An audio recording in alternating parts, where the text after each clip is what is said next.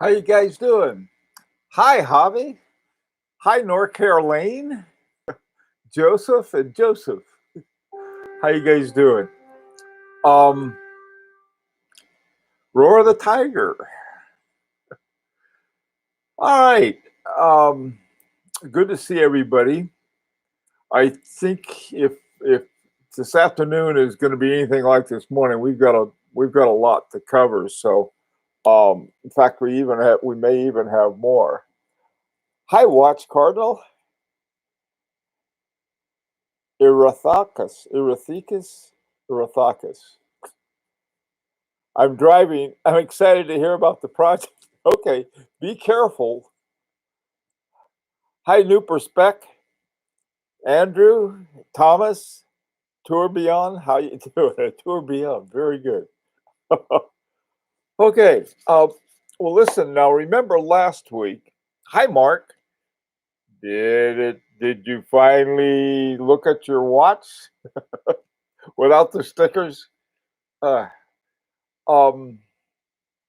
Anyway, so here is where we are right now. Last week, I had we had talked about the size of the watch and a number of other things that we liked. And I talked to the group this morning, and they pretty much like the same thing that you guys do. And here is sort of where we are and what we got to do. Hi, Forbin, Donald, how are you? Um, this is the movement. Okay, it's the movement base. It's an AGH 6911. And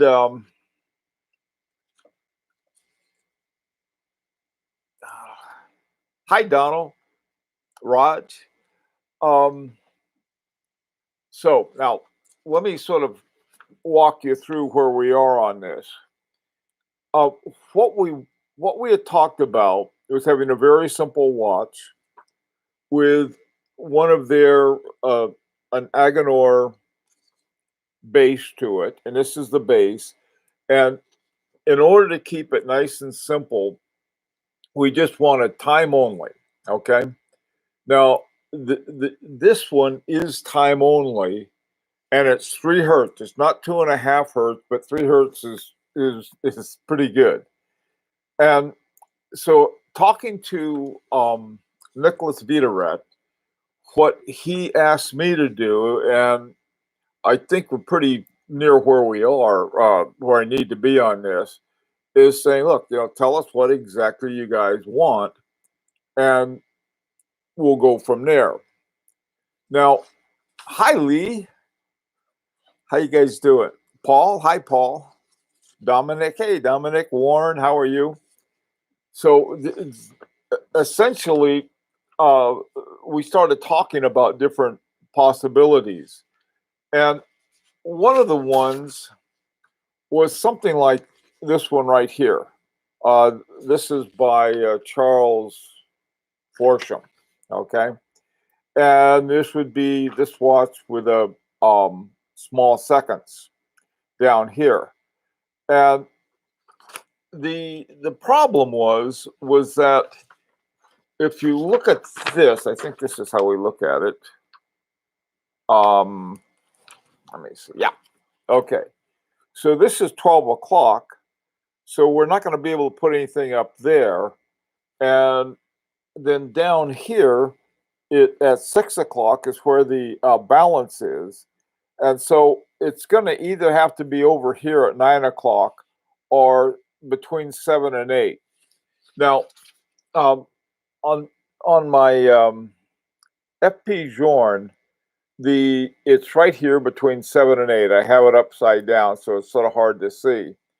And I like that. Okay.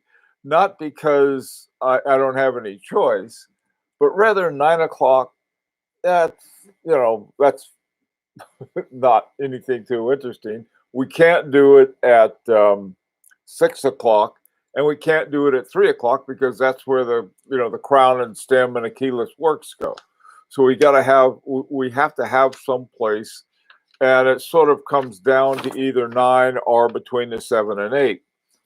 And this one that I found right here, this is one of the simplicities, and they had it right between the 7 and 8. And so I sort of put this thing together, and this would be a small seconds down here, uh, I guess between the 6 and the 9. This thing down here is actually, I believe we talked a little about it last time, was the metal limb dial makers. All right, this is a close-up of that. Now, what this would be over here instead of down at 6 o'clock. And they did this with lacquer. They have a really neat lacquer process that is pretty close to enamel, except you don't have all of the expensive enamel and you don't have all of the broken dials that come with enamel. Okay, that's pretty where we are now. Hi, no. Okay, what are you up to, North Carolina? You're saying hi to everybody. Hi, Will. How are you? Paul, how are you? Okay. All right. The off-center look is great on small seconds. I agree. Hi, Vinny Invicta. Um, Mark, why not place the second hand in the center? Okay, good question, Mark. And of course, it's one that you figured out the question that would raise the price. No fault of your own. Okay, this is something I asked them about that. And they said, well, look what you have to do. There's two reasons. I like I like center seconds. I really do. But there, it would be into this existing movement. It would be very expensive, and it'd have to do a lot of modifications. That's one thing. The second thing is that center seconds make the watch fatter.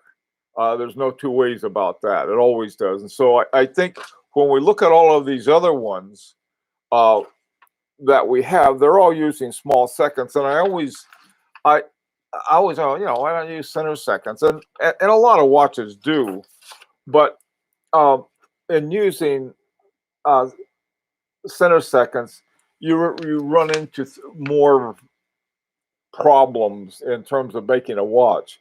You've got three different pivots coming up, one inside the other, and so anyway, so that's why we're not doing center seconds. Okay. Thickness, yes, because the the question mark with why does it make it thicker? Because if you have center seconds, you have to pile. You have here your hour hand, your minute hand, and then on top you have to add another layer. Um, Pretty much it. The How much more would it be to obtain enamel dials? Do you think? I don't know. That's one thing. Now, this is one of the things that I think would be helpful for us is to take it one step at a time. And last time we talked about this is that first we'll get the first thing done, and then we have something that we can do something with, namely a movement. And then once we're finished with that, then we go and we get the case done. And then once we're finished with that, at that point, we can start asking them about enamel versus lacquer. I've sort of made a full route because last time we talked a lot about lacquer. I mean, about the enamel. And that was something I like too. And porcelain. I love porcelain. I think I got on my old um, fixed up pocket watches porcelain.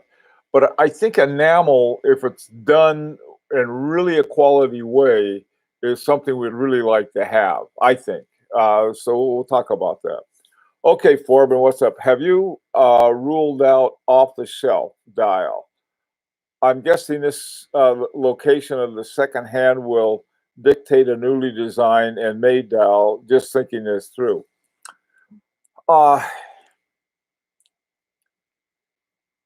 Probably not. Now, if you want to see, this is the thing. Since we're doing this in in segments.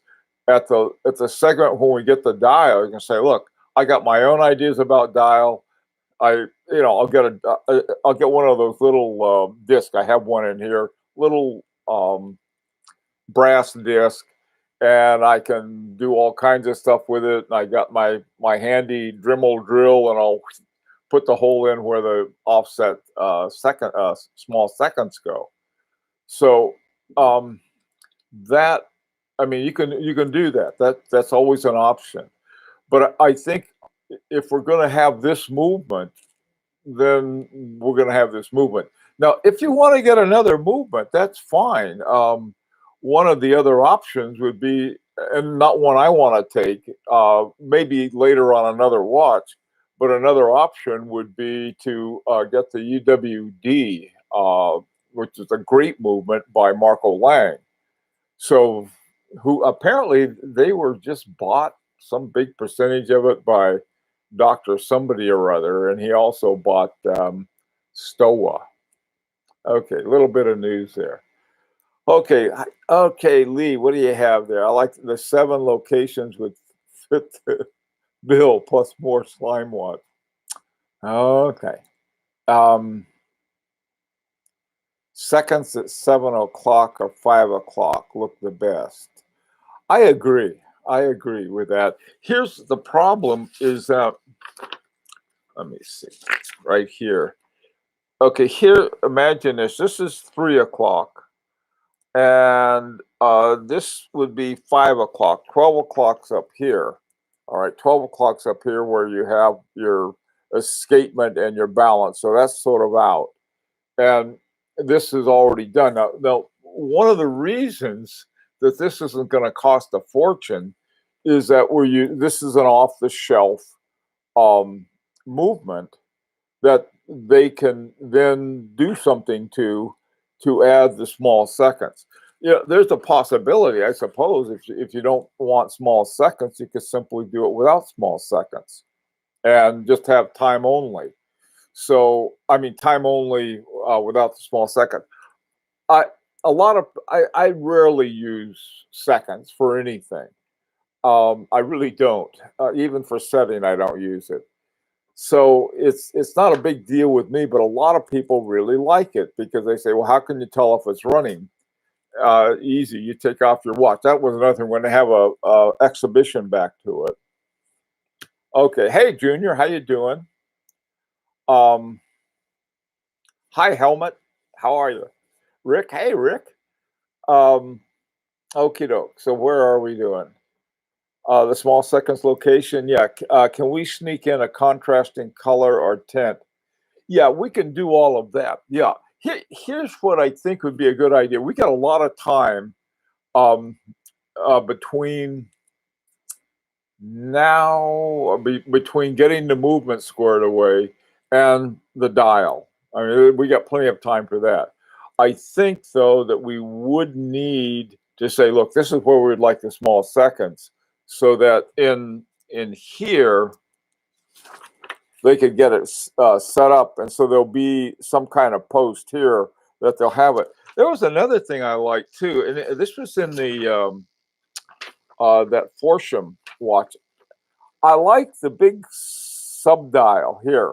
Now, you can make this circle as big or as small as you want, but I just like the style of that. Okay. Okay. All right. Let's see. Is this going to be a dress watch? Good question.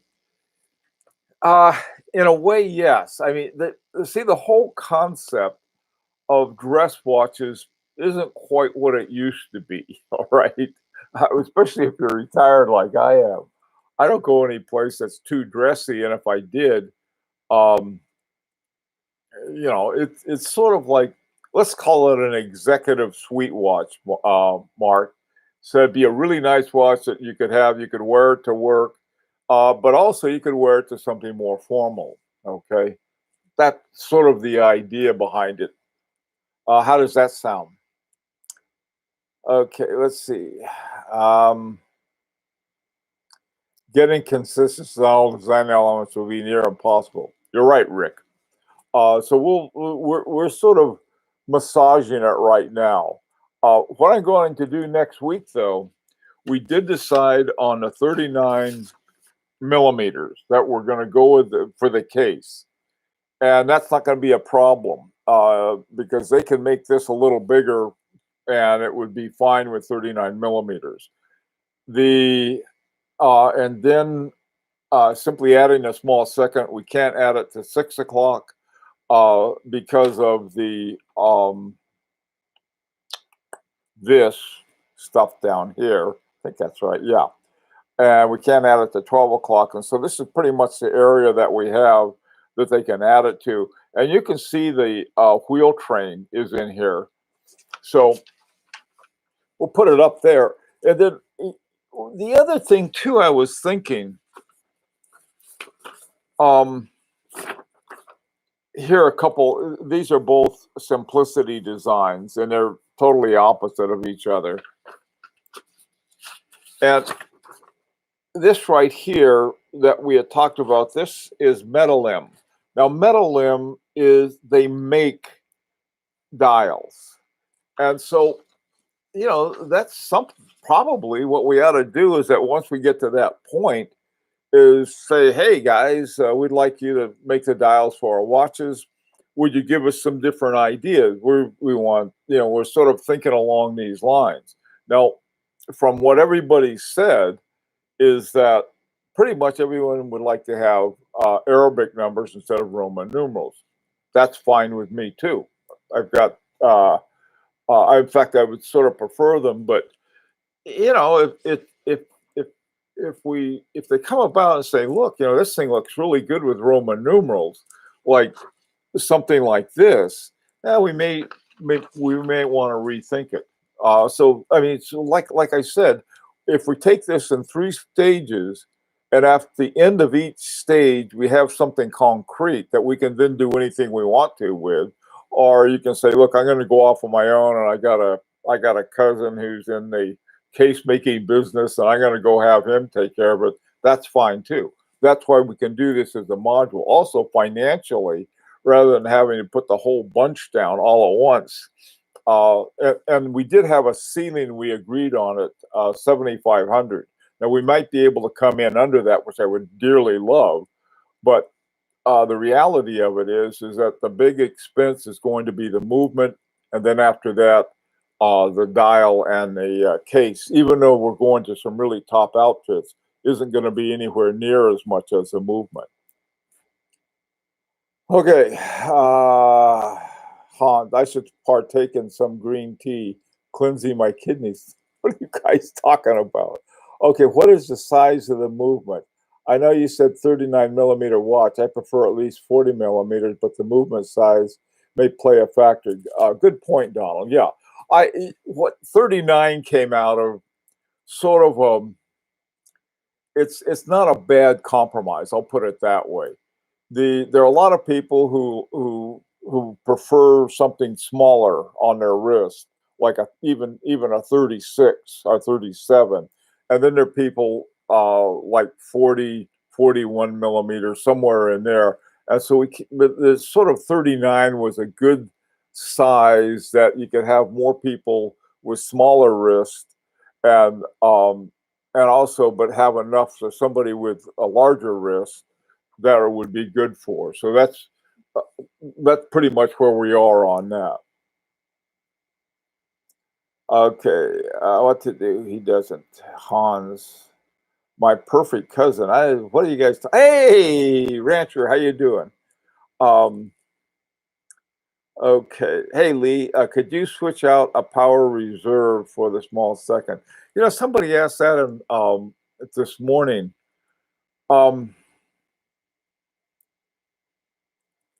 I don't know. What do you guys think of that?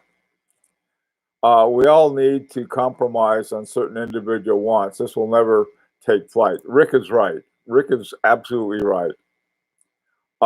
Instead of Romans or Arabics, how about little indices shaped like berets?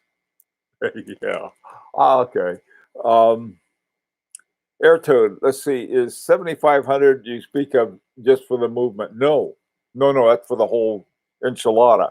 What I've been talking about with Agonor is like between 4 and 4,500. Remember last time it was up to 7,500 just for the movement, and so now we're talking about between 4 and 45 for the movement.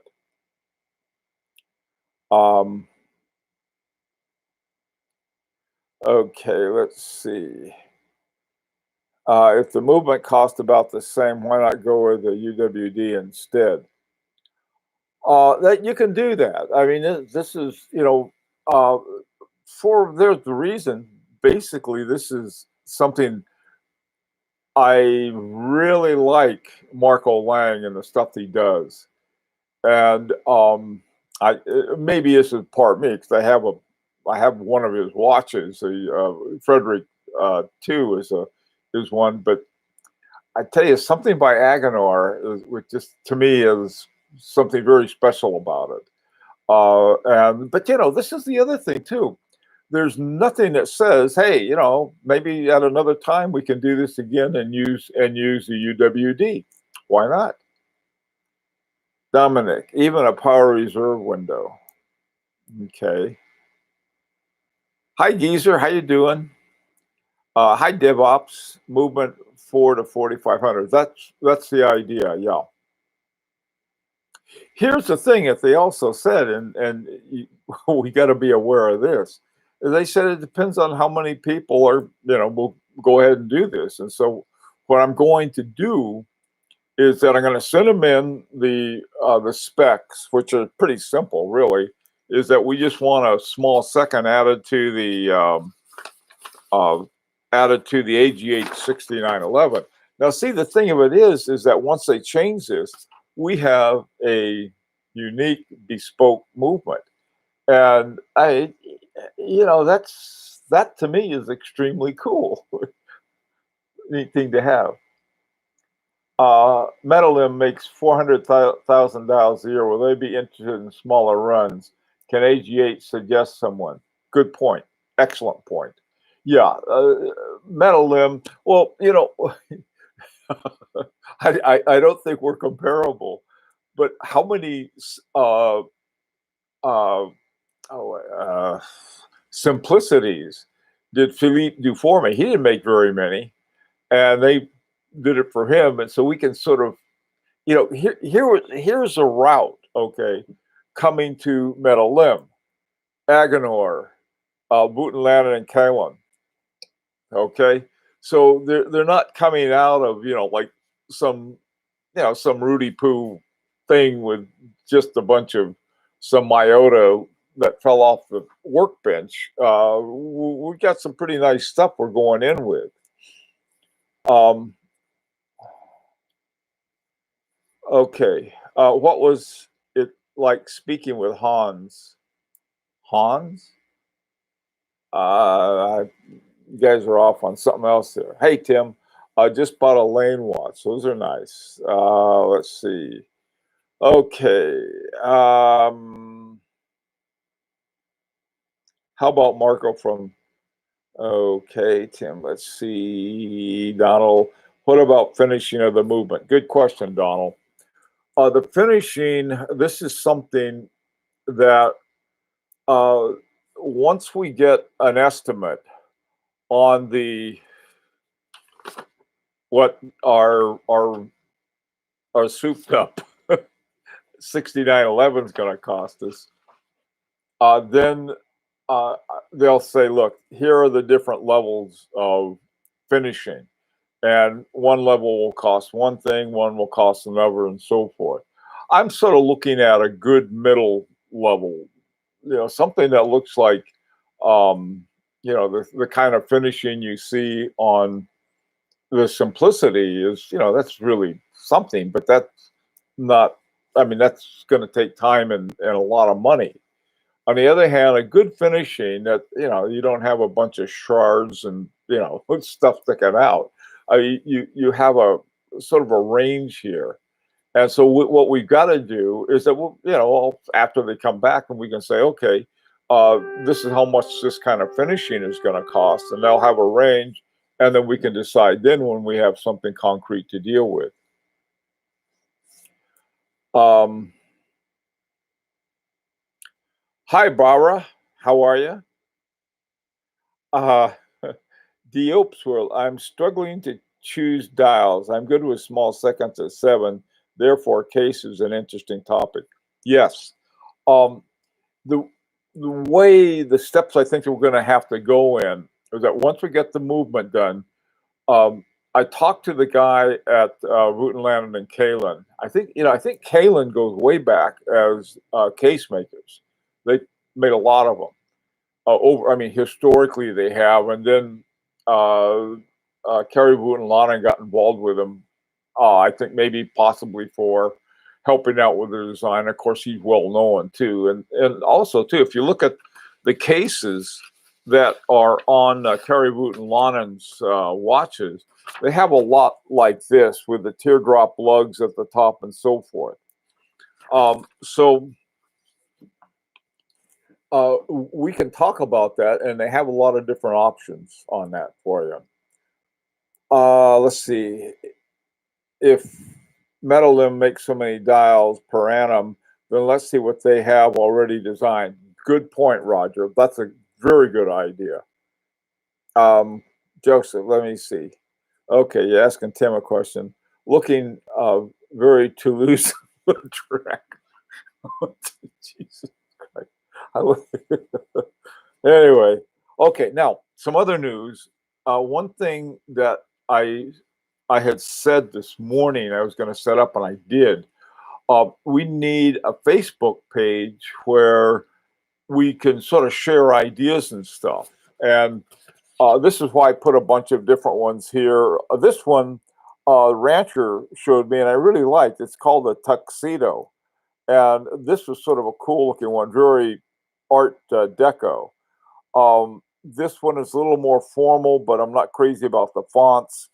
So these are things that we can look at, and also too, once we get to the point, well, we're going to have to decide on the kind of case that we're going to need. Once we're committed to the movement, I think that's when we need to start working on the case. As soon as we can get a one, I guess a CAD cam or some kind of design thing, that was what Root and Lana and Kalen need to give us an estimate.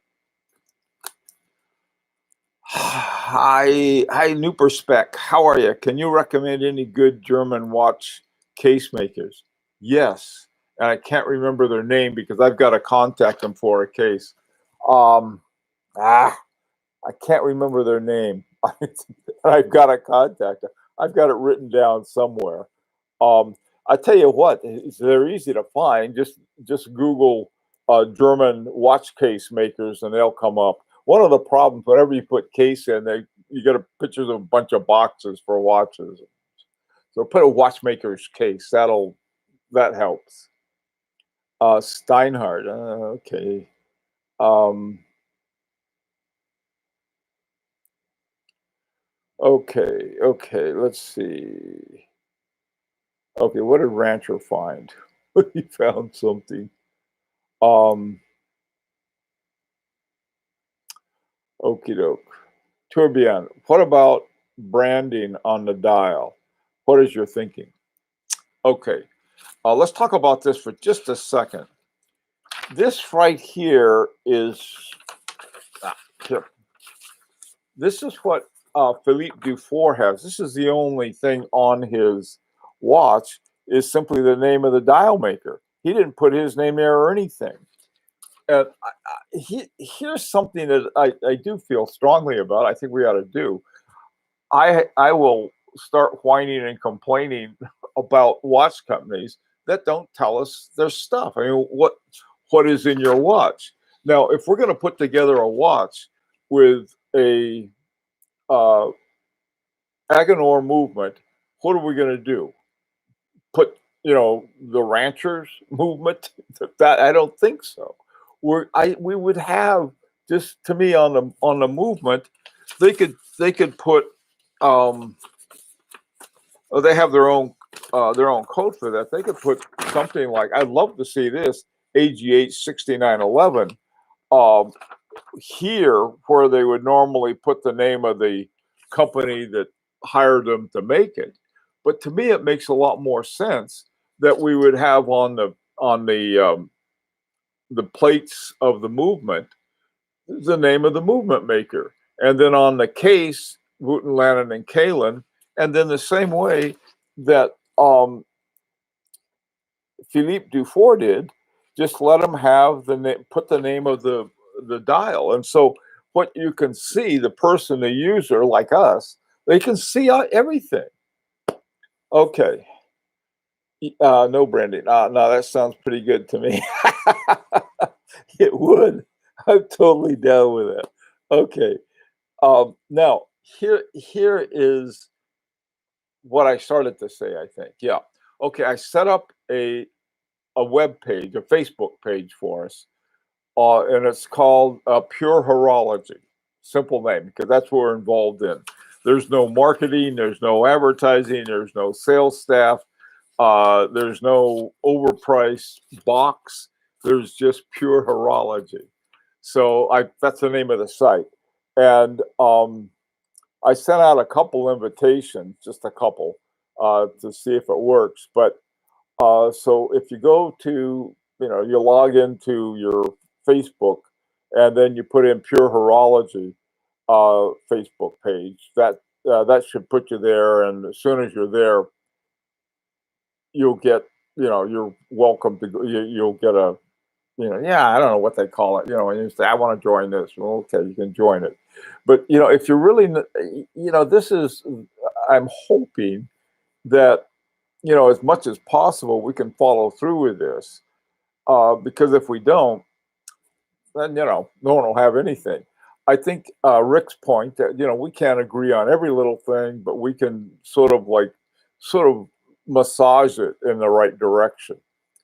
By the way, as an option, we can ask Wooten Lannon about their dials. I didn't. Yeah, if you look at Wooten Lannon's dials, he's got a lot of Guilloche and all of this other stuff. I'd rather not, tell you the truth. Okay, I'd rather have here you have. If we're going to ask anybody about the dials, what about Madeleine? That's all they do. Madeleine makes. They make dials. Okay, Geezer. Okie dokie dokie dokie dokie dokie. Okay, you guys. Pure urology. Okay, Andrew. Oh God. All right, guys. It's, as they say, it's time. I gotta run now. My time is up. So I'm gonna be contacting Agenor on Monday. Between now and Monday, if you go to the Pure Horology and get in there, you can also make all the comments you want, and I'll try to sort of have a thing of where we're going. Okay. Any other thing before I got to take off?